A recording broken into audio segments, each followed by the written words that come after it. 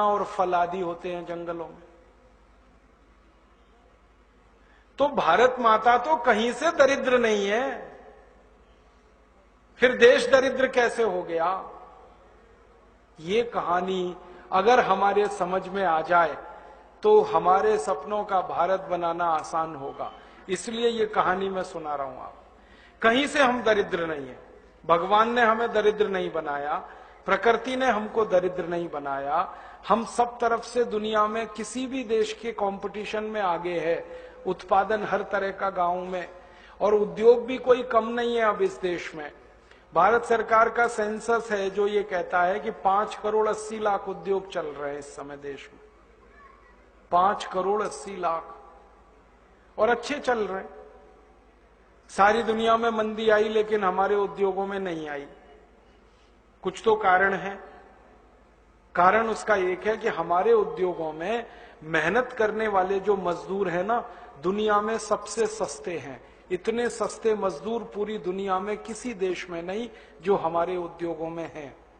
12-12 घंटे काम कर सकते हैं बिल्कुल थोड़ी सी तनख्वाह पर, जो कोई नहीं करता पूरी दुनिया में। अब श्रम बहुत सस्ता, और भगवान का दिया हुआ प्राकृतिक माल बहुत है हमारे पास, कच्चा माल। अब दो चीजें अगर उद्योगों को मिल जाएं, श्रम सस्ता हो, कच्चा माल भरपूर हो, वो सस्ता हो, तो उद्योगों में तो पैदा ही पैदा है। 5,80,00,000 उद्योग है, कोई कम नहीं। और इतने उद्योग और इतना खेती, तो व्यापार भी अच्छा है इस देश में, व्यापार में कोई कमी नहीं है। सरकार कहती है कि कम से कम 20 लाख करोड़ का व्यापार हो जाता है साल में इस देश में, अंदर, देश के अंदर, बाहर की बात नहीं कर रहा हूं। तो ये सारा कुछ अच्छा अच्छा है, उद्योग, व्यापार, खेती, फिर भारत गरीब क्यों? ये तो गंभीर प्रश्न है। और इतना गरीब कि दुनिया में सबसे ज्यादा गरीबी में हमारा नंबर आए। अब ये प्रश्न हमें समझना है।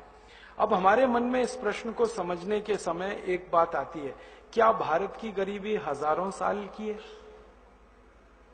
हम लोग आपस में चर्चा करते हैं कई बार, जाने अनजाने हम ये कह देते हैं, अरे भारत तो हमेशा से गरीब है। मैं भारत के दो लोगों का नाम लेके कहूंगा। एक व्यक्ति है इस देश में, उसका नाम है पी चिदंबरम। ये भारत में बहुत लंबे समय तक वित्त मंत्री रहा, और इस व्यक्ति ने इंदौर नाम के शहर में मध्य प्रदेश में एक भाषण दिया था, और मैं उस दिन वहां था। उस भाषण में सामने बैठा था मैं, और चिदंबरम मंच से बोल रहा था। कार्यक्रम क्या था? नई दुनिया नाम का एक अखबार निकलता है इंदौर से। नई दुनिया अखबार ने एक किताब प्रकाशित की थी, पुस्तक का प्रकाशन किया था, उसका विमोचन करने के लिए चिदंबरम आया था। तो भाषण दिया उसने, और क्या भाषण दिया! भारत हजारों साल से गरीब देश रहा है। यहीं से भाषण शुरू किया, अंग्रेजी में। अच्छा था कि वो अंग्रेजी में बोल रहा था, ज्यादा लोग समझ नहीं रहे थे। हाँ,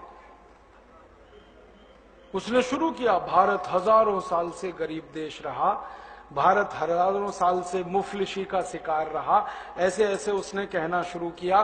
फिर बीच में कहने लगा, ये तो भला हो अंग्रेजों का जो वो भारत में आए और उन्होंने भारत को थोड़ा बेहतर बना दिया, वरना हम तो अंधेरे में डूबे हुए थे, हमको तो कोई ज्ञान नहीं था, कोई प्रकाश नहीं था, इस देश में तो भयंकर गरीबी ही गरीबी थी। और ये जब वो भाषण दे रहा था तो बार बार पंडित नेहरू को कोट कर रहा था। पंडित नेहरू ने ऐसा कहा, पंडित नेहरू ने वैसा कहा, पंडित नेहरू ने ये कह दिया, उन्होंने वो कह दिया। वो भाषण जैसे ही पूरा हुआ, मुझसे बर्दाश्त नहीं हुआ। हाँ, मैं इधर उधर देख रहा था, किसी के मन में कोई तकलीफ नहीं। मैंने कहा मैं तो पूछने वाला हूं इस चिदंबरम से। तो मैंने कहा कि अगर भारत हजारों साल से गरीब था, मैंने सीधे कहा उसको, तो अंग्रेज यहां 250 साल झक मारने के लिए क्यों आए? हजारों साल से गरीब देश, गरीबों के यहां कोई 250 साल रहता है आके? गरीबों के तो कोई दर्शन करने नहीं जाता। 250 साल रहना तो कोई सामान्य बात है। 250 साल में 50 पीढ़ियां जवान होकर मर गई अंग्रेजों की, यहां क्यों रहे वो? और भारत अगर हजारों साल से गरीब था तो पुर्तगाली 450 साल झक क्यों मार रहे थे इस देश में? क्यों आए 450 साल पुर्तगाली अपना देश छोड़कर? 1492 में वास्को डी गामा घुस गया इस देश में और निकला नहीं, फिर अंत तक मार मार के निकालना पड़ा गोवा से पुर्तगालियों को। तो 450 पुर्तगाली, 450 साल पुर्तगाली क्यों आए? 250 साल अंग्रेज क्यों रहे? और भारत अगर हजारों साल से गरीब था तो ये मुगल क्यों आए झक मारने के लिए यहां 300 साल? बाबर क्यों आया? उसने सल्तनत क्यों बनाई? गरीबों के देश में जाके कोई राज्य स्थापित करता है क्या? और इतना ही क्यों, मोहम्मद बिन कासिम क्यों आया इस देश में 7वीं शताब्दी में जब हम हजारों साल से गरीब थे? महमूद गजनवी क्यों आया सोमनाथ का मंदिर लूटने के लिए जब हम हजारों साल से गरीब थे? तैमूर लंग क्यों आया? नादिर शाह क्यों आया? अहमद शाह अब्दाली क्यों आया जब हजारों साल से हम गरीब ही थे? तो इनको तो कहीं अमीर देशों में जाना चाहिए था, वो सब यहां क्यों आए? और सिकंदर क्यों आया यहां अगर हम हजारों साल से ही गरीब थे? तो सिकंदर ने अपने गुरु को यह क्यों कहा कि जब तक भारत विजय नहीं कर लेता तब तक विश्व विजय मेरी नहीं होगी, इसलिए भारत को जीतना बहुत जरूरी है। तो आया यहां पर, और ये तो भारतवासियों का पराक्रम था कि वो भारत को जीत ही नहीं पाया, मार के भगा दिया हमने उसको, रास्ते में मर गया। और आपको तो इतिहास में मालूम है, शक यहां आए, हूण यहां आए, पिंडारी यहां आए। क्यों आए भाई? हम तो गरीब हैं, भुखमरी के शिकार हैं, बेरोजगारी हमारे यहां है, फिर क्यों आए ये सब? तो चिदंबरम चुप हो गया, बोला कुछ नहीं। मैंने कहा उत्तर दे दो, अगर ये हजारों साल से ही गरीब देश है तो। कहने लगा नेहरू जी ने कहा। मैंने कहा नेहरू जी से तो पूछ नहीं सकता मैं, क्योंकि वो जिंदा नहीं है। होते जिंदा तो उनसे पूछ लेता कि कहां से मिला ये तुम्हें कि भारत हजारों साल से गरीब है? किसने कह दिया भारत हजारों साल से गरीब है? मैंने कहा तुम नेहरू के मानस पुत्र हो, तुम ही बता दो। और क्या, मानस पुत्र है कि नहीं नेहरू का? मैंने कहा तुम ही बता दो भाई, नेहरू जी से तो क्या पूछ सकता हूं मैं? तो फिर चुप हो गया। ये तो एक बात हुई। ऐसी एक घटना घटित हुई, मनमोहन सिंह जब भारत के वित्त मंत्री बने और थोड़े दिन बाद फिर प्रधानमंत्री बन गए। पहली बार जब ये प्रधानमंत्री बने तो ऑक्सफोर्ड गए थे। अटल जी के बाद इन्हीं का नंबर आया ना, तो ये गए ऑक्सफोर्ड। वहां पर एक सम्मान समारोह हुआ डॉक्टर मनमोहन सिंह का, उसमें इनको डी लिट की उपाधि दी गई। तो सम्मान समारोह में इन्होंने एक भाषण दिया 40 मिनट, वो रिकॉर्डेड है हमारे पास। उसमें उन्होंने यही गाना गाया, भारत हजारों साल से गरीब देश है। ये तो अंग्रेज थे जो भारत में आए और उन्होंने भारत को थोड़ा सभ्य बनाया। हम अंग्रेजों के बहुत आभारी हैं जिन्होंने आकर भारत को तकनीकी सिखाई। हम अंग्रेजों के बहुत आभारी हैं जिन्होंने भारत में विज्ञान लाया। हम अंग्रेजों के बहुत आभारी हैं जिन्होंने भारत में उद्योग लाए। हम अंग्रेज, ये बोला उन्होंने 40 मिनट, 40 मिनट।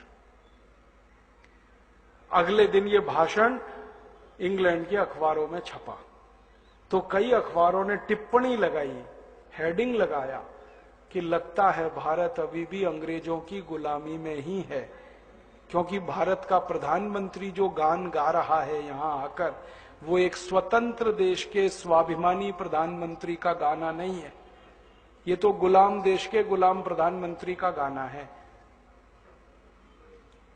और मैंने ये दो नाम इसलिए लिए कि दोनों जिंदा हैं ये।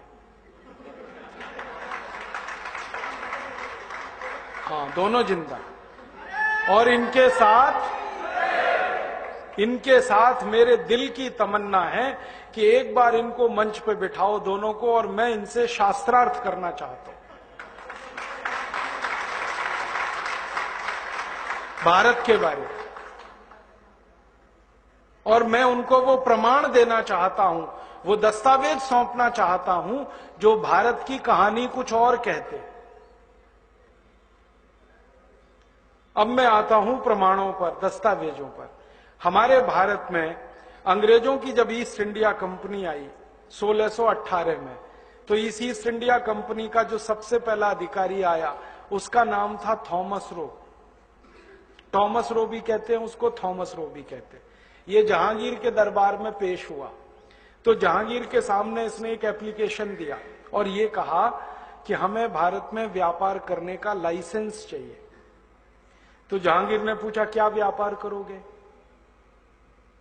तो वो चुप्पी मार गया। फिर पूछा उसको क्या व्यापार करोगे, तो उसने कहा खरीदने के लिए तो हमारे पास पैसे नहीं है और बेचने के लिए कुछ नहीं है। हाँ, यही उत्तर दिया था जहांगीर को। जहांगीर ने पूछा था तुम क्या बेचोगे यहां पर, व्यापार का मतलब तो कुछ बेचना और कुछ खरीदना। जहांगीर को मालूम नहीं था व्यापार का और भी कोई मतलब होता है। अंग्रेजों का एक शब्द है TRADE, ट्रेड।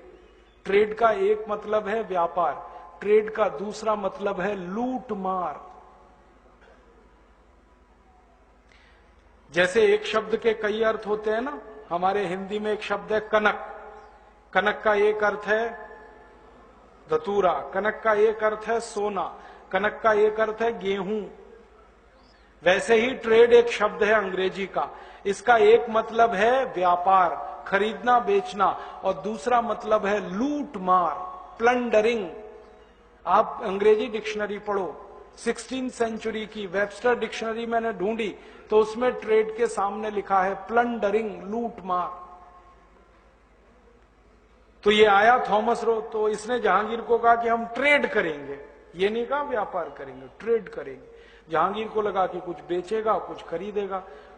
हाँ, और अंग्रेजों का था हम तो लूट मार करेंगे, है ही नहीं हमारे पास कुछ बेचने को और खरीदने को पैसे नहीं। खरीदने को पैसे क्यों नहीं थे, क्योंकि ईस्ट इंडिया कंपनी दिवालिया कंपनी थी, कुछ था ही नहीं उनके पास। मैंने ईस्ट इंडिया कंपनी की पहली मीटिंग की रिपोर्ट निकाली, मिनट्स। पहली मीटिंग हुई इनकी 1599 में। उस मीटिंग में प्रस्ताव हुआ कि ये कंपनी बनेगी और नाम इसका ईस्ट इंडिया रखा जाएगा। क्यों भाई, ये तो अंग्रेजों का नाम नहीं है। ईस्ट इंडिया ये तो भारतीय नाम है, अब अंग्रेज भारतीय नाम क्यों रखेंगे, कुछ तो रहस्य होगा। ईस्ट लंदन क्यों नहीं रखा, east London company, east Yorkshire company क्यों नहीं रखा, या वेस्टमिंस्टर कंपनी क्यों नहीं रखा उसका नाम। वेस्टमिंस्टर तो एक जगह है ना लंदन में बड़ी मशहूर, जहां से उनकी सारी राजनीति चलती है और सारी दुनिया को गुलाम बनाने की साजिशें वहां रची जाती हैं। तो वेस्टमिंस्टर कंपनी क्यों नहीं रखा उसका नाम, ईस्ट इंडिया क्यों। तो उसकी कहानी पता चली कि भारत का जो पूर्वी इलाका है माने बंगाल, इस बंगाल के इलाके से बहुत सारे पानी के जहाज जाते थे व्यापार करने भारत के, और वो जहाज लंदन के नजदीक से गुजरते थे, अफ्रीका जाते थे, लैटिन अमेरिका तक जाते थे भारत के व्यापारी। तो जब पानी के जहाज गुजरते थे लंदन के नजदीक, तो अक्सर ये अंग्रेज उनको लूटा करते थे पानी के जहाजों को, क्योंकि अंग्रेजों का मुख्य व्यवसाय यही था, लूट मार। कारण खेती होती नहीं, और आज से नहीं सैकड़ों साल से नहीं होती।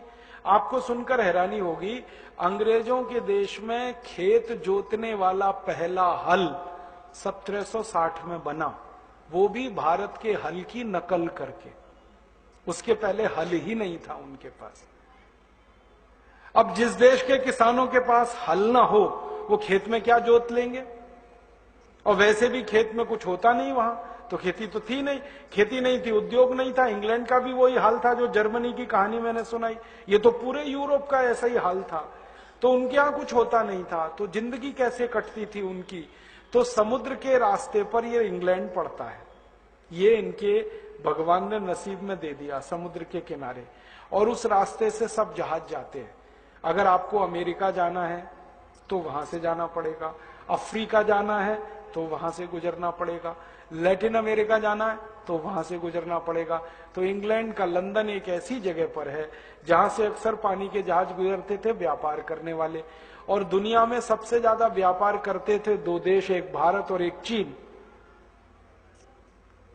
और इनके जहाज जाया करते थे अक्सर, तो उन जहाजों को ये अंग्रेज लूटते थे। तो भारत से जो जहाज कलकत्ता वाले इलाके के होते थे, ईस्ट इंडिया वाला पूर्वी भारत का इलाका, वो जहाज भरे हुए होते थे माल से, सोने के सिक्के, चांदी के सिक्के, हीरे जवाहरात, और बहुत प्रचंड माल रहता था। अंग्रेज जब लूटते थे तो बहुत मिलता था उनको, इसलिए उनको लगा कि भारत का जो ईस्ट पार्ट है ये बहुत समृद्धशाली है, यहीं लूटना है हमको, तो नाम रखा ईस्ट इंडिया। ये तो चालाकी अंग्रेजों की हमेशा से है, अंग्रेजों की नहीं, यूरोप के लोगों की। जिस देश में जाओ उसी देश का नाम अपनी कंपनी के साथ लगाओ। हिंदुस्तान लीवर सुना है कि नहीं? कंपनी तो मूलतः इंग्लैंड की है ना, यूनिलीवर, नाम रख लिया हिंदुस्तान लीवर, ताकि आपको उल्लू बना सकें कि भारत की कंपनी। करोड़ों भारतवासियों को मालूम नहीं हिंदुस्तान लीवर विदेशी कंपनी है, पढ़े लिखों को मालूम नहीं। वो तो मुझे तर्क करते हैं, राजीव भाई ये तो भारत की कंपनी है ना, नाम में हिंदुस्तान लगा हुआ है। ऐसी ही कहानी है ईस्ट इंडिया कंपनी। तो भारतवासियों को लगे कि ये भारत की कंपनी, तो आ गए लेके उसको। अब पैसे तो थे नहीं, क्योंकि ये कंपनी दिवालिया थी। जब कंपनी बनी ना, तो मैंने वो मिनट्स देखी इनकी 1599 वाली, उनकी मिनट्स वहां लंदन में रखी है।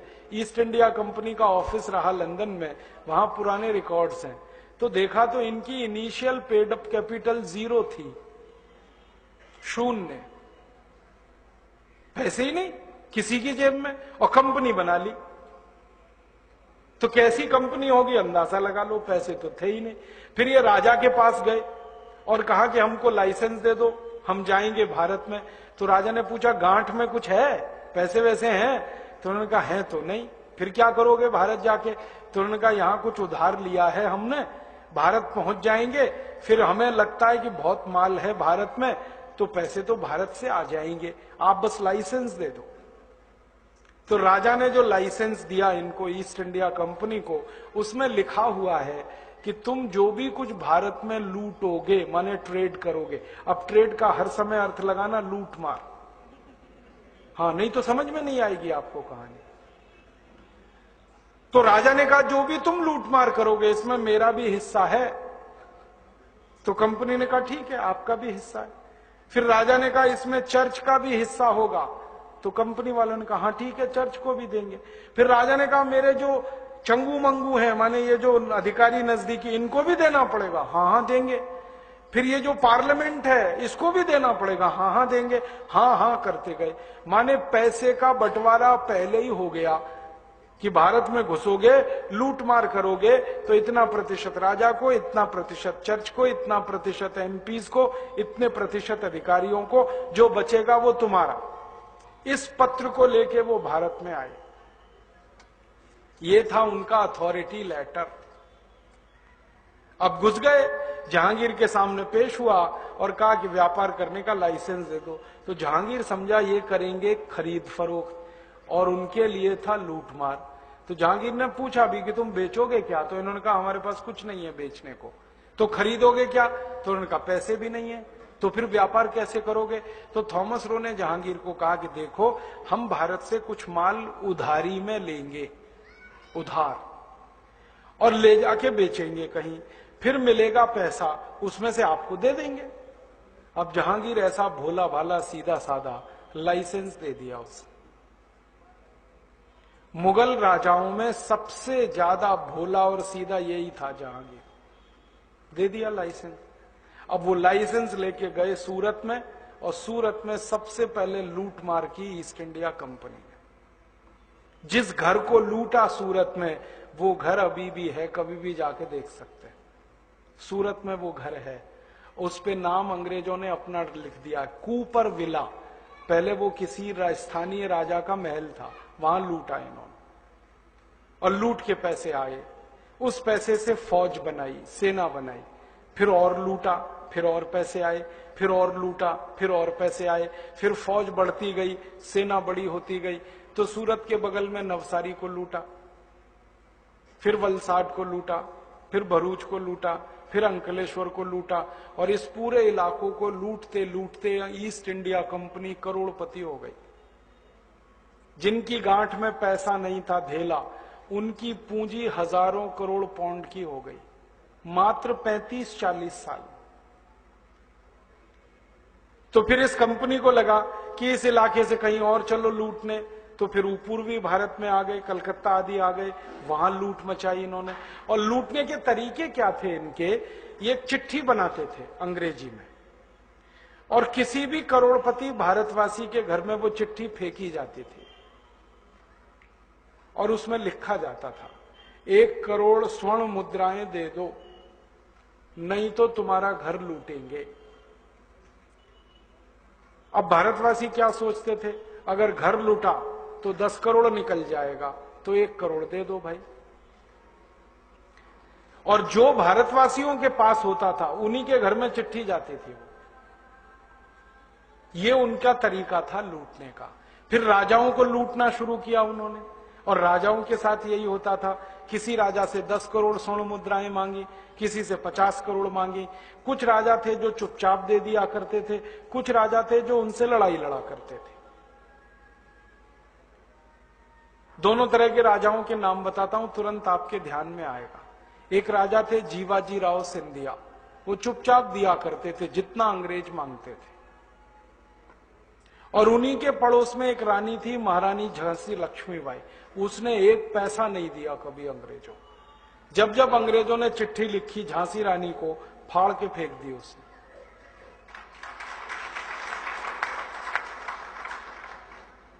ये हैदराबाद का निजाम हुआ करता था, ये चुपचाप देता था अंग्रेजों, चुपचाप, जितना मांगा उतना देता था।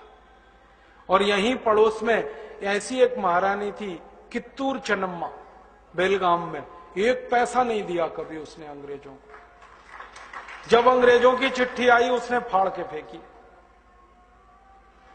ऐसे भारत में राजाओं के बंटवारे थे। कुछ राजा कमजोर, कायर, नपुंसक, निर्वीर, निकम्मे, वो चुपचाप अंग्रेजों को दिया करते थे। और कुछ राजा थे शूरवीर, ताकतवर, साहसी, जो अंग्रेजों से लड़ा करते थे।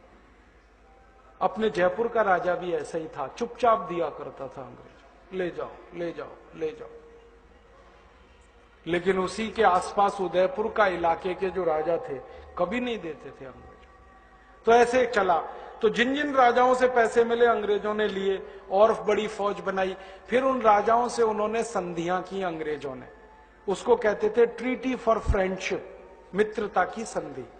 अब इस संधि में क्या होता था, राजाओं का गुणगान किया जाता था, आप बहुत अच्छे हैं, बहुत अच्छे हैं, बहुत अच्छे हैं, क्योंकि पैसे दे रहे हैं हमको। तो अंग्रेज उसमें लिखा करते थे बहुत अच्छे हैं, उनकी बढ़ाई करते थे झूठ मूठ की। और अंत में एक वाक्य लिखा जाता था, वो खतरनाक होता था। वो वाक्य होता था कि जब आपकी मौत हो जाएगी तो आपका राज्य हमारा हो जाएगा। ये वाक्य लिखा जाता था। इसको कहते थे ट्रीटी फॉर फ्रेंडशिप। सारी अच्छी अच्छी बातें लिख दी एक पन्ने में, नीचे एक छोटा सा वाक्य लिखा रहता था नोट करके, NOTE, नोट। और ये सब अंग्रेजी में लिखा जाता था कि आप जब मर जाओगे आपका राज्य हमारा हो जाएगा। कभी कभी उसमें लिखा जाता था कि अगर आपकी कोई संतान नहीं हुई तो आपका राज्य हमारा हो जाएगा। इस तरीके से सारे राज्य हड़पे अंग्रेजों ने। आपको मैं ध्यान दिलाना चाहता हूं, एक भी राज्य को अंग्रेजों ने युद्ध में नहीं जीता, एक भी राज्य युद्ध में नहीं जीता, सबको संधि करके कब्जे में ले लिया। हम अंग्रेजों से कभी युद्ध में नहीं हारे, चालाकी में हारे। भारतवासियों की बहुत सारी विशेषताएं हैं। भारतवासी शूरवीर हैं, प्रतापी हैं, मजबूत हैं, होशियार हैं, अकल वाले हैं, सब कुछ हैं। चालाकी नहीं आती, एक ही चीज में कमजोर है।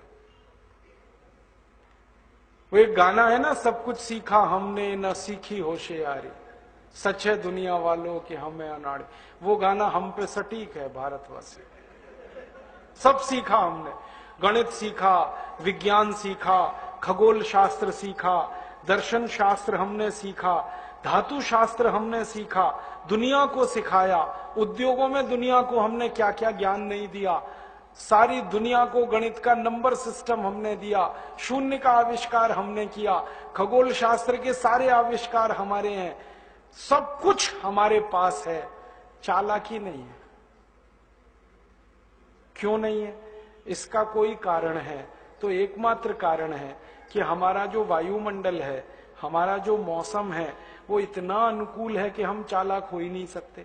चालाक होने के लिए जो जीन की जरूरत पड़ती है, वो जीन भारत में हो ही नहीं सकता।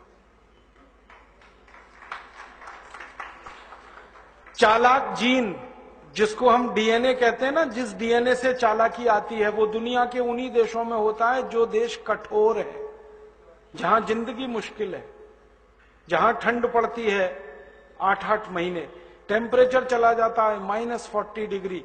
वहां के लोगों के जीन में प्रकृति ने एक व्यवस्था कर रखी है कि उनको चालाक होना पड़ता है, नहीं तो जिंदा नहीं रह पाएंगे। हमको भगवान ने चालाकी वाला जीन ही नहीं दिया, इसमें हमारा कोई कसूर नहीं। चालाकी नहीं आती तो नहीं आती, और अंग्रेजों को सबसे ज्यादा चालाकी ही आती थी और कुछ नहीं आता था। तो वो चालाकी करते थे, चिट्ठी लिखी, संधि पत्र, उसमें एक लाइन डाल दिया। अब राजा उसको पढ़ता था लेकिन समझ में नहीं आता था, क्योंकि अंग्रेजी हमारी भाषा नहीं थी। तो राजा क्या करता था, अंग्रेजों से पढ़वाता था, देखो इसमें क्या लिखा है। अंग्रेज उसको यही पढ़ के सुनाते थे, ये बहुत अच्छा है, आपके हित में है, राज्य के हित में। ये नहीं बताता था कि नीचे लिखा हुआ आपका राज्य चला जाएगा मरने के बाद। इस चक्कर में हम अंग्रेजों की गुलामी में चले गए। बहुत दिन तक मैं ये खोज करता रहा कि आखिर हम गुलाम कैसे हुए, क्योंकि मुट्ठी भर अंग्रेज और इतने बड़े देश को गुलाम बना लें, वो चालाकी से किया उन्होंने, ताकत से नहीं किया। युद्ध में कभी नहीं हारे हम। जब जब अंग्रेजों के खिलाफ युद्ध लड़े भारत के राजाओं ने, अंग्रेज हारे हर युद्ध में। महाराजा रणजीत सिंह के साथ अंग्रेजों ने 18 युद्ध लड़े, एक भी युद्ध में नहीं जीत पाए। दक्षिण भारत में हैदर अली के खिलाफ अंग्रेजों ने 17 युद्ध लड़े, एक में भी नहीं जीत पाए। रानी कित्तूर चन्नम्मा के साथ 4 युद्ध लड़े अंग्रेजों ने, हर एक में हारे। झांसी रानी लक्ष्मीबाई के खिलाफ जितने युद्ध लड़े, सब में अंग्रेज हारे, जीते कभी नहीं वो हमसे, किसी भी युद्ध में। चालाकी में जीते वो हमसे। उन्होंने संधियां कर करके राज्यों को गुलामी में लिया। तो पहले जो अनुकूल राजा थे अंग्रेजों को मदद करने वाले, वो गुलामी में गए। फिर अनुकूल राजाओं की मदद से अंग्रेजों ने प्रतिकूल राजाओं पे कब्जा किया,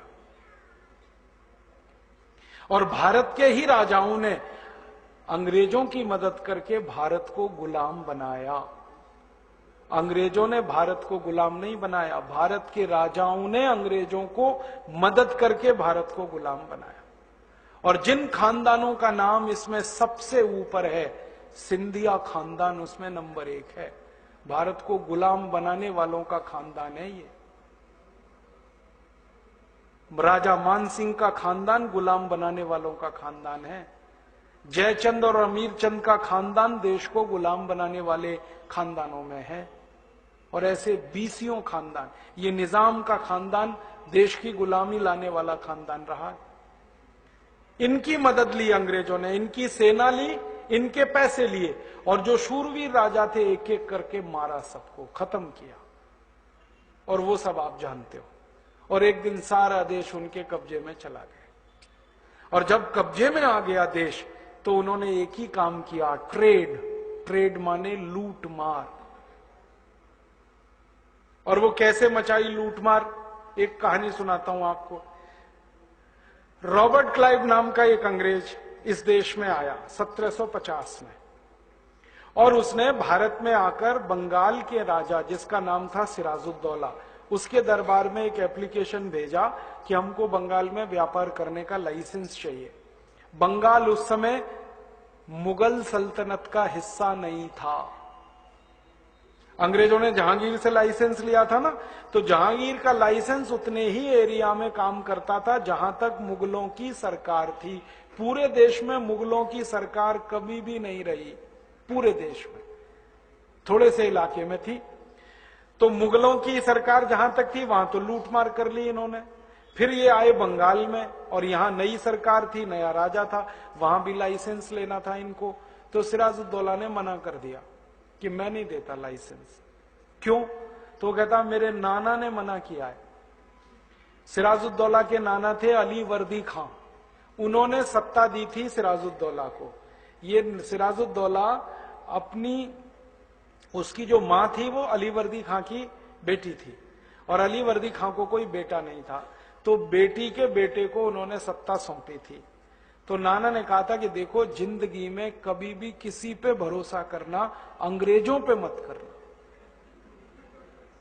क्योंकि ये कौम भरोसा करने लायक नहीं है। ये हाथ पकड़ेंगे, तुम्हारी गर्दन काट देंगे। तो ये समझकर वो बैठा था गद्दी पे। तो जब अंग्रेज आया, रॉबर्ट क्लाइव उसके सामने, तो उसने तुरंत मना कर दिया कि मैं तो लाइसेंस नहीं दूंगा, मेरे नाना ने मना किया। तो ये बोला रॉबर्ट क्लाइव कि अच्छा, तुम लाइसेंस नहीं दोगे तो हम तुम्हारे राज्य पे हमला करेंगे। तो इसने कहा हमले को मैं सामना करूंगा, लाइसेंस नहीं दूंगा, तुम तैयारी कर लो। तो युद्ध की तैयारी हुई, तारीख तय हो गई, 23 जून 1757 को युद्ध होगा। एक तरफ रॉबर्ट क्लाइव लड़ेगा, दूसरी तरफ सिराजुद्दौला लड़ेगा। तो सिराजुद्दौला ने पता कराया कि रॉबर्ट क्लाइव के पास सैनिक कितने हैं। तो उसका दूत गया और ढूंढ के आया, तो कहने लगा 350 सैनिक हैं कुल। तो सिराजुद्दौला ने कहा ये तो 20 मिनट में मारे जाएंगे। तो उसने तय किया कि मुझे तो युद्ध में जाने की ही जरूरत नहीं है, मेरा तो सेनापति ही लड़ लेगा जाके। और सेनापति को उसने सेना दे दी, और सेना में 18,000 सैनिक, और सेनापति मीर जाफर पहुंच गया युद्ध के मैदान में। अब रॉबर्ट क्लाइव ने जब देखा कि इतनी बड़ी सेना है, तो उसके हाथ पैर फूल गए, और हाथ पैर फूल गए, उसको लगा कि मैं तो मारा जाऊंगा। तो उसने एक चालाकी की, सेना के सेनापति को चिट्ठी भेजी मीर जाफर को कि तुम मेरे से दोस्ती कर लो, संधि कर लो, तो हम युद्ध नहीं लड़ेंगे।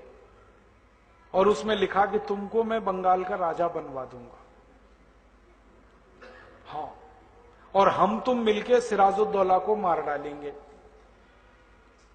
तुम युद्ध मत करो, संधि कर लो। अब मीर जाफर के मन में लालच आ गया राजा बनने का, और उसने कहा रॉबर्ट क्लाइव ने कि खजाना तुम्हारा हो जाएगा पूरा। तो ये तैयार हो गया मीर जाफर। तो इसने संधि की रॉबर्ट क्लाइव के साथ। 23 जून 1757 को प्लासी के मैदान में युद्ध नहीं हुआ, संधि हुई। और हम इतिहास में पढ़ते हैं कि प्लासी के मैदान में बड़ा भारी युद्ध हुआ, कोई युद्ध नहीं हुआ, संधि हुई थी। और उस संधि में मीर जाफर के 18,000 सैनिकों ने अंग्रेजों के 350 सैनिकों के सामने समर्पण किया, सिर्फ एक लालच में कि कुर्सी मिलेगी मीर जाफर को। अब हुआ क्या कि 18,000 सैनिक समर्पण करके रॉबर्ट क्लाइव ने अपनी सेना में उनको मिला लिया। ये चालाकी हुई। उसके तो 350 सैनिक थे जो इंग्लैंड से आए थे, इधर 18,000 सैनिक और मिल गए। तो ये 18,000 सैनिक और 350 अंग्रेज सैनिकों के साथ रॉबर्ट क्लाइव और मीर जाफर ने सिराजुद्दौला को मारने का अभियान किया। और उस अभियान में हुआ ये कि ये प्लासी के युद्ध में, मैदान जो प्लासी का था ना वो कलकत्ता के पास है, और सिराजुद्दौला की जो राजधानी थी वो कलकत्ता से दूर थी। तो उस राजधानी तक जाने के लिए पैदल चलना पड़ा, घोड़ों पे बैठ के। तो रॉबर्ट क्लाइव ने अपनी डायरी में जो कहानी लिखी है वो सुना रहा हूं आपको मैं। ये वो रॉबर्ट क्लाइव की डायरी से निकली हुई कहानी है। उसमें वो लिख रहा है कि मैंने जब मीर जाफर को संधि में फंसा लिया और मीर जाफर आसानी से फंस गया, तो मुझे लगा कि अब तो बंगाल मेरा हो जाएगा, तो बंगाल के राजा को मारना है बस, सिराजुद्दौला को। तो वो कहता है मैं, मीर जाफर, मेरे पीछे 350 सैनिक और उसके पीछे भारत के 18,000 सैनिक, हम सब गए सिराजुद्दौला को मारने के लिए। तो सड़क के किनारे से जहां जहां से हम गुजरे, हजारों भारतवासियों ने हमें देखा और हमारे जुलूस पर तालियां बजाई, लेकिन किसी भारतवासी ने हमें पत्थर उठा के नहीं मारा। वो कहता है मैं घोड़े पे आगे चलता था, मेरे पीछे 350 सैनिक थे, उसके पीछे 18,000 भारत के सैनिक थे और सड़क के दोनों तरफ भारतवासी खड़े होकर तालियां बजाते थे। मेरे ऊपर अगर किसी भी एक भारतवासी ने पत्थर उठा के मारा होता और सैकड़ों भारतवासियों ने उसका अनुकरण किया होता पत्थर मारने का, तो हम तो उसी दिन मर जाते और भारत का इतिहास तो कुछ और हो गया होता। लेकिन चूंकि किसी ने पत्थर नहीं मारा, हम बढ़ते गए बढ़ते गए बढ़ते गए और एक दिन जाकर हमने सिराजुद्दौला को मार दिया। फिर मीर जाफर को राजा बना दिया। फिर एक दिन मैंने मीर जाफर को मरवा दिया, मीर कासिम को राजा बनाया। फिर एक दिन मीर कासिम को मरवा के मैं खुद राजा हो गया बंगाल का। ऐसे ईस्ट इंडिया कंपनी का शासन स्थापित हुआ। और जब शासन स्थापित हुआ तो लूटमार और ज्यादा की उन्होंने, फिर तो सरकार उनकी हुई। तो रॉबर्ट क्लाइव अपनी डायरी में लिखता है कि मैंने भारत के सबसे मशहूर राज्य बंगाल को लूटा, जो सबसे ज्यादा समृद्धशाली था। 6 साल में लूटता रहा। 6 साल के बाद मेरा ट्रांसफर हो गया, मुझे लंदन वापस बुला लिया गया। तो उसने कहा लूट का माल तो लेके जाना था लंदन, मैं लेके गया। तो लूट का माल ये जो लंदन लेके गया, तब इसने बेईमानी की। बेईमानी क्या की कि राजा को कुछ नहीं दिया, जबकि हिस्सा देना था राजा को लूट का, और राजा के कर्मचारियों को भी नहीं दिया। तो राजा ने इसके खिलाफ एक मुकदमा चलवाया, रॉबर्ट क्लाइव के खिलाफ। उस मुकदमे की सुनवाई में रॉबर्ट क्लाइव से पूछा गया कि तुम भारत से क्या लूट कर लाए? तो उसने कहा कि मैं सोने के सिक्के लाया, चांदी के सिक्के लाया, हीरे जवाहरात लाया। कितना लेके आए? तो उसने कहा गिना तो नहीं है, लेकिन अंदाजा बता सकता हूं। तो कितना? तो उसने कहा भारत से सोने के सिक्के लंदन लाने के लिए, हीरे जवाहरात लंदन लाने के लिए पानी के 900 जहाज मैंने किराए पर लिए। पानी के 900 जहाज मैंने किराए पर लिए, तब मैं पूरा माल लंदन लेके आया। तो अंग्रेजों का राजा उछल गया। उसने कहा 900 जहाज? कहा हाँ। नाव तो नहीं? उसने कहा जहाज। तो फिर उससे पूछा गया एक जहाज में कितना माल आता है? उसने कहा 60 से 70 मीट्रिक टन। एक जहाज में इतना माल आए, ऐसे 900 जहाज लूट कर मैं लाया हूं भारत से। आप अंदाजा लगाओ, एक अंग्रेज ने लूटा हुआ ये था सोने के सिक्के, चांदी के सिक्के, हीरे जवाहरात। उसका मैंने आज के हिसाब से आकलन किया कि अगर वो 900 जहाज पानी के सोना ही गया हो तो कितना बैठता है। तो आज के मूल्य के हिसाब से वो करीब करीब 17 से 18 लाख करोड़ रुपए बैठता है। एक अंग्रेज ने लूटा उतना। फिर क्या हुआ? रॉबर्ट क्लाइव ने तो रास्ता खोल दिया लूट का। फिर दूसरा आ गया, उसकी जगह पर एक दूसरा अधिकारी आया, वॉरेन हेस्टिंग्स, उसने लूटा फिर इस देश को। फिर वॉरेन हेस्टिंग्स के बाद तीसरा आ गया विलियम पिट, उसने लूटा इस देश को। फिर चौथा आ गया कर्जन, उसने लूटा इस देश को। फिर पांचवा आ गया इस देश में लॉरेंस, उसने लूटा इस देश को। फिर छठा आ गया विलियम बेंटिंग, उसने लूटा इस देश को। ऐसे 84 अंग्रेज गवर्नर जनरल आते रहे, लूटते ही रहे इस देश को। और वो जो लूट मची इस देश में, उसमें ये देश गरीब हो गया। ये देश गरीब नहीं था, क्योंकि अंग्रेजों के इतिहासकारों ने भारत पर जो रिसर्च की है, ऐसे 200 इतिहासकार हुए इंग्लैंड में। विलियम डिग्वी हुआ, विलियम डेरेलिम्पल हुआ, जे कैंपवेल हुआ। ऐसे अंग्रेजों के 200 से ज्यादा बड़े रिसर्च स्कॉलर हुए जिन्होंने भारत पर रिसर्च की, और उन सब ने एक बात लिखी है कि भारत सोने की चिड़िया नहीं, सोने का महासागर है। हम कहते रहते हैं ना सोने की चिड़िया, सोने की चिड़िया। विलियम डेरेलिम्पल कहता है कि सोने की चिड़िया नहीं, सोने का महासागर था। विलियम डिग्बी ने लिखा अपनी किताब में हिस्ट्री ऑफ ब्रिटिश इंडिया में कि भारत जैसा अमीर देश पूरी दुनिया में नहीं देखा मैंने। और विलियम डिग्बी तो कहता है कि दुनिया भर का सारा सोना इकट्ठा होके भारत में आता था। और ये कैसे आया भारत में सारा सोना इकट्ठा होके?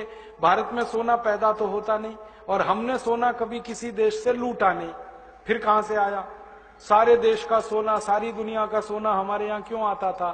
तब पता चला दस्तावेजों में कि 3000 साल भारत ने दुनिया में निर्यात का व्यापार किया है।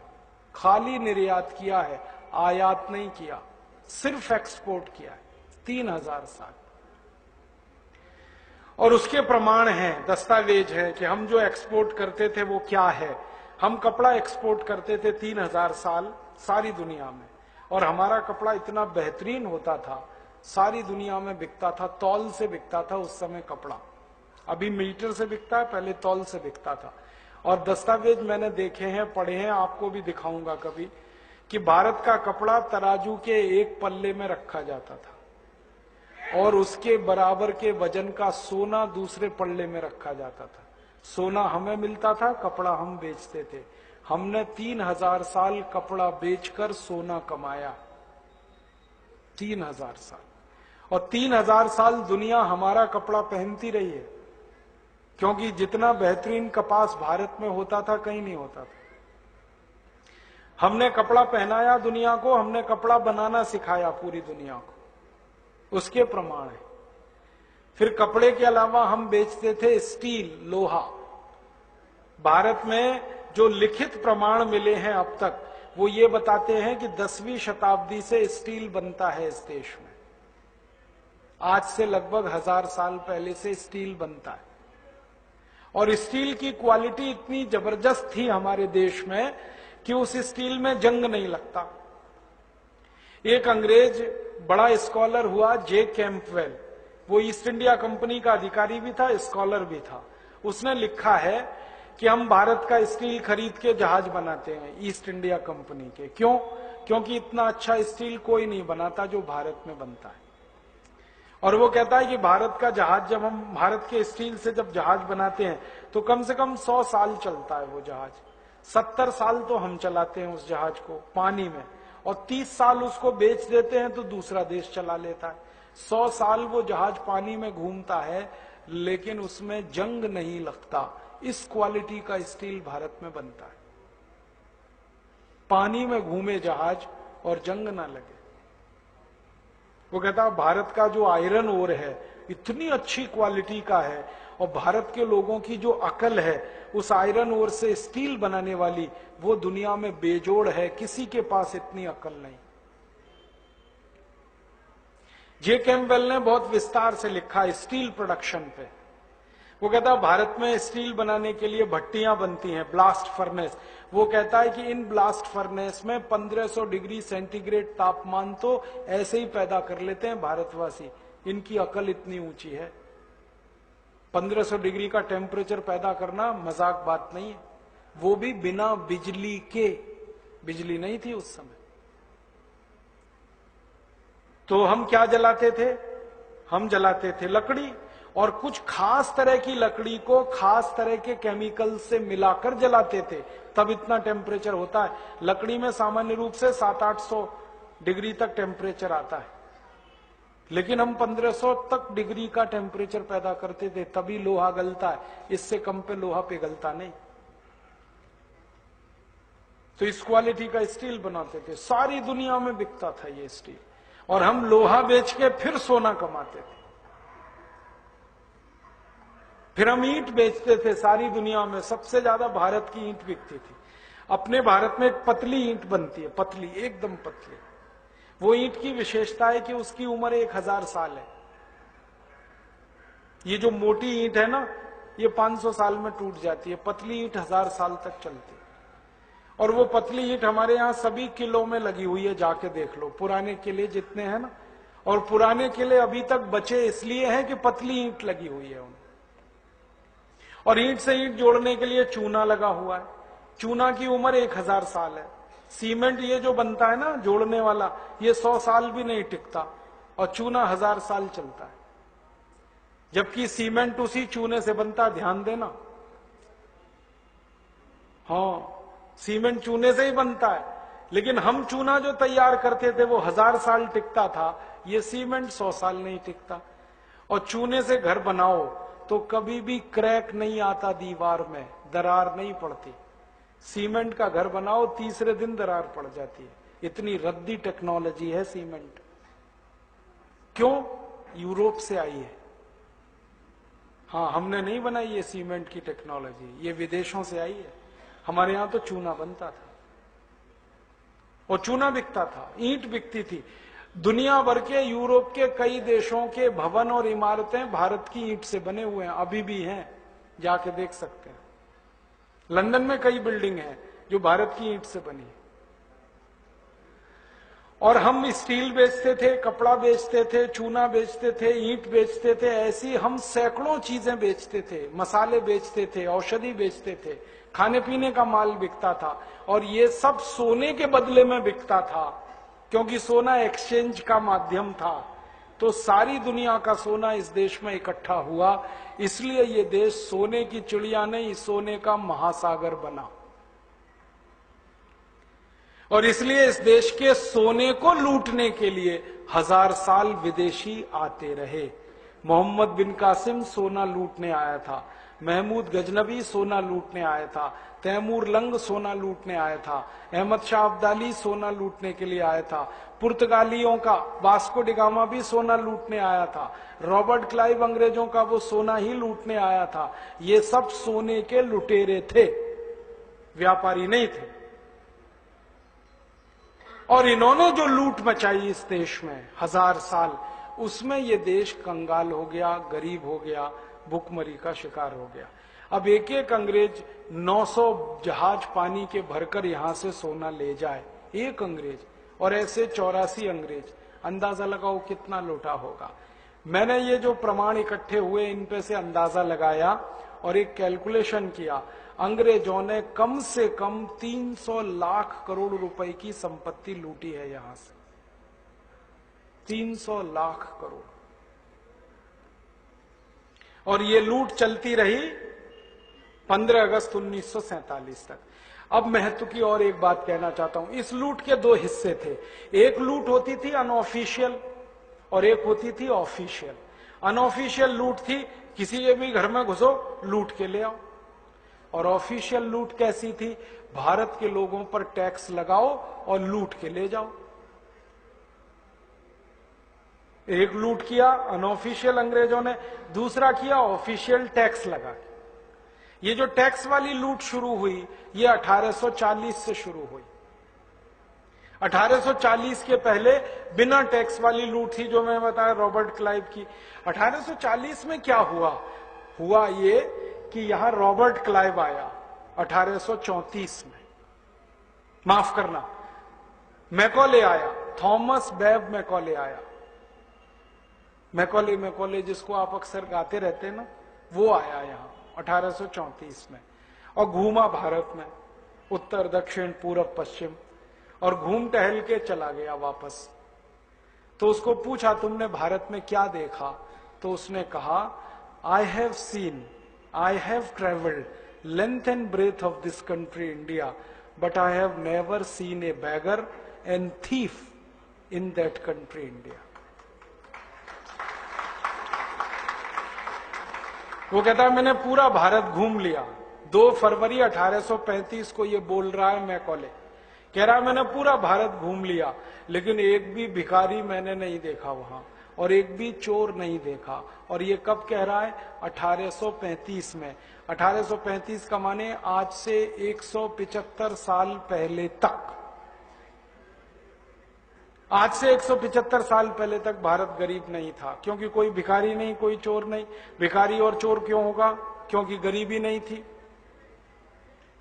फिर वो कहता है सच wealth I have seen in this country that I am mesmerised. वो कहता है इतना धन और संपत्ति मैंने भारत में देखा है, मेरी आंखें चौंधिया गई। फिर किसी ने उससे पूछा क्या धन संपत्ति तुमने देखा? तो वो कहता है कि भारत के सामान्य घरों में जब मैं गया तो मैंने देखा सोने के सिक्कों का ढेर ऐसे लगा रहता है जैसे गेहूं और चने का ढेर लगा रहता है। फिर वो कहता है कि भारत के किसी घर में मैंने ताला नहीं देखा। क्यों? क्योंकि चोरी नहीं होती। चोरी क्यों करेगा कोई? सबके पास इतना माल है, क्यों कोई किसी की चोरी करे? फिर वो कहता है भारत वाले अजीब हैं, अपना घर खोल के चले जाते हैं, तीर्थ यात्रा पर एक एक साल बाद आते हैं, लेकिन घर में कोई चोरी नहीं होती, एक एक साल घर खुले पड़े रहते हैं, क्योंकि चोरी करने की जरूरत ही नहीं। ये सारा वर्णन वो सुना रहा है भारत के बारे में। और फिर अंग्रेजों की संसद में एक बहस हुई। मैकॉले की बात पर अंग्रेजों को थोड़ी देर के लिए विश्वास नहीं हुआ। उनको लगा कि ये कुछ एक्सेजरेट कर रहा है भारत के बारे में। तो मैकॉले के पहले जिन अंग्रेजों ने भारत में आकर सर्वेक्षण किए थे, वो पुरानी रिपोर्ट सब निकाली गई ब्रिटिश पार्लियामेंट में, और 1835 से 1840 में सभी रिपोर्ट पर बहस हुई। तो एक रिपोर्ट उसमें से मिली, वो ये बताती है कि 1835 तक सारी दुनिया में भारत का निर्यात 33% था। 33% वर्ल्ड एक्सपोर्ट हमारा। दुनिया में 100 रुपए का माल बिकता था तो 33 रुपए का माल हमारा था।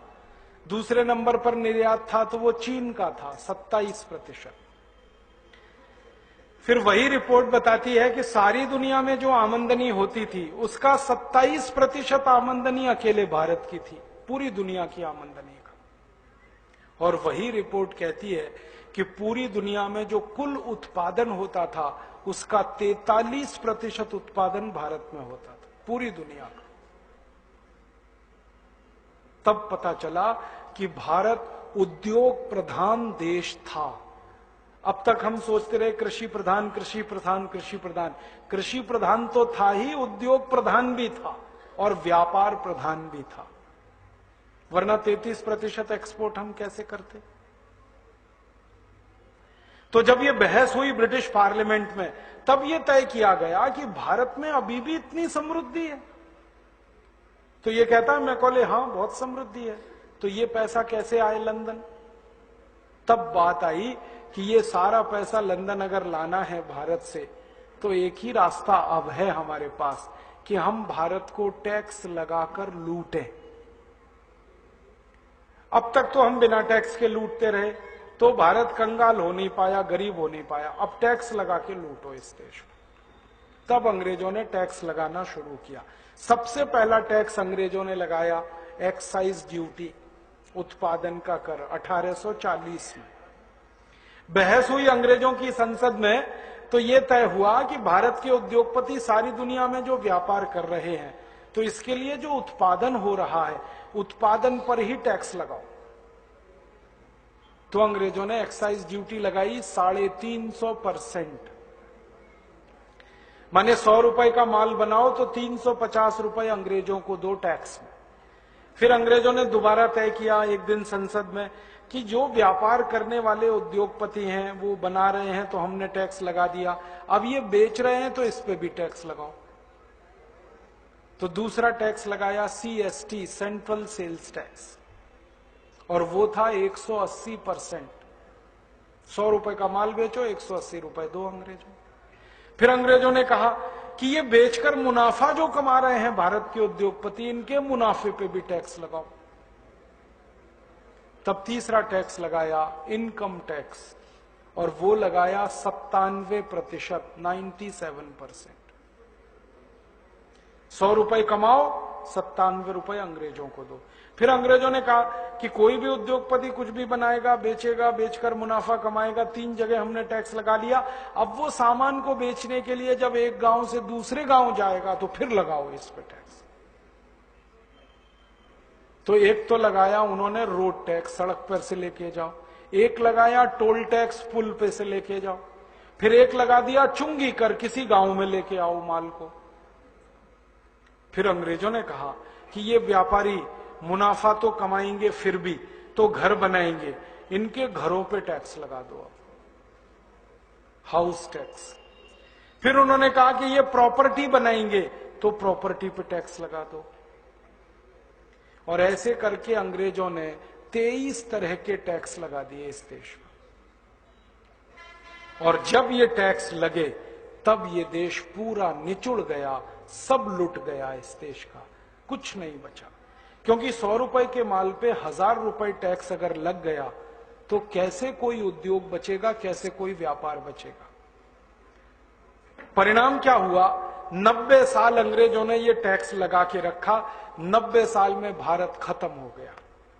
जो भारत 33% निर्यात करता था दुनिया में, 90 साल के इस टैक्स सिस्टम के बाद वो निर्यात 5% रह गया, क्योंकि सारे उद्योग खत्म हो गए, बर्बाद हो गए।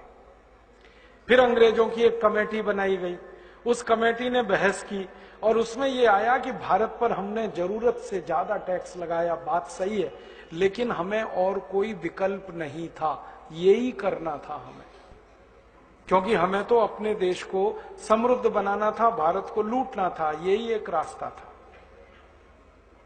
फिर एक बहस आई कि भारत में हमें 2 फायदे हुए टैक्स लगाने से। पहला फायदा यह हुआ कि भारत के जितने ईमानदार उद्योगपति और व्यापारी थे, सबने टैक्स भरा, सब बर्बाद हो गए, अब वो जिंदा नहीं है। तो हमारी ईस्ट इंडिया कंपनी के लिए भारत में मोनोपोली हो गई। जब कॉम्पिटिटर नहीं है तो मोनोपोली हो गई, तब ईस्ट इंडिया कंपनी सारा मुनाफा लेके जा रही है। और दूसरा उन्होंने कहा कि जो जो भारत के व्यापारियों ने ईमानदारी से टैक्स नहीं दिया वो बेईमान हो गए, और बेईमानों को गुलाम बनाना सबसे आसान होता है, इसलिए वो गुलामी में हमारे हजारों साल रहेंगे। तो एक उद्देश्य था लूटना, दूसरा उद्देश्य था भारत के उद्योगपति और व्यापारियों को बेईमान बनाना, ताकि वो गुलामी में रहें। और आप ध्यान देना, बेईमान आदमी ही गुलाम होता है, ईमानदार गुलाम नहीं हो सकता।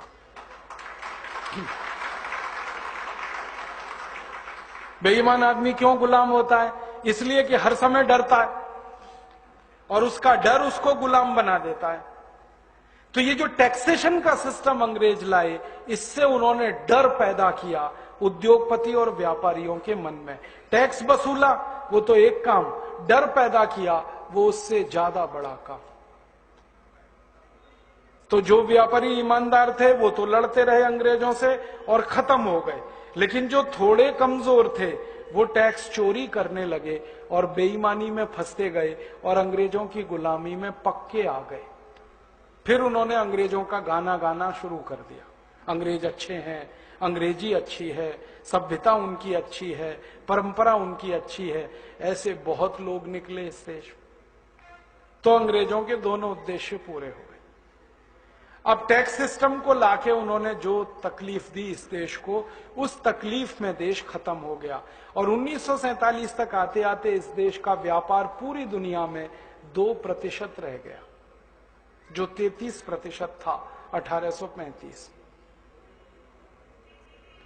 ये है कहानी इस देश के गरीब होने की, भुखमरी का शिकार होने की।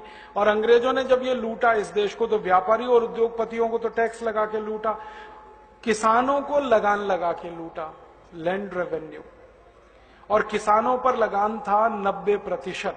मतलब इसका क्या होता है, अगर किसान 100 क्विंटल गेहूं पैदा करे तो 90 क्विंटल अंग्रेजों को देना। ये किसानों के ऊपर था। जो ईमानदारी से दे दे वो बच गए, जो नहीं देंगे अंग्रेज उनको मारेंगे, पीटेंगे। कोड़े मारते थे, बंदूक से मारते थे, बंदूक की पीछे जो बट होती है ना, उससे किसानों को पीटते थे जो लगान नहीं देते थे, कोड़े मारते थे। और कोड़ों में वो लगाए जाते थे नेल्स, माने कील, और 4-5 कोड़े खाते ही किसान जो है ना बेहोश होकर गिर पड़ता था, खाल खिंच जाती थी एक कोड़ा मारने। और अंग्रेजों ने अत्याचार ऐसे ऐसे किए, जो किसानों ने लगान नहीं दिया उनकी माताओं, बहनों, बेटियों को उन्होंने उनके सामने ही बेइज्जत किया, किसानों के साथ उनसे बलात्कार करते थे अगर लगान नहीं दोगे आप तो। एक अंग्रेज नंगा करता था, फिर वो कहता मेरे पास लोहे का एक चिमटा होता था, चिमटा, उस चिमटे में उस मां के दोनों स्तनों को दबा के मैं तब तक दबाता था जब तक खून ना निकल आए। और जब मैं ये काम कर रहा होता था तो मेरे सारे सैनिक पूरे गांव की माताओं के साथ ये काम कर रहे होते थे।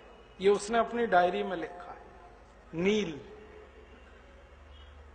और नील का एक सहयोगी था, उसका नाम था कर्नल व्हीलर। ये दोनों अत्याचार के लिए मशहूर थे इस देश में। और ऐसे अत्याचार गांव गांव किए हैं, उसकी कहानी तो मैं सुना नहीं सकता, आप रो देंगे। और ये अत्याचार चलते रहे 250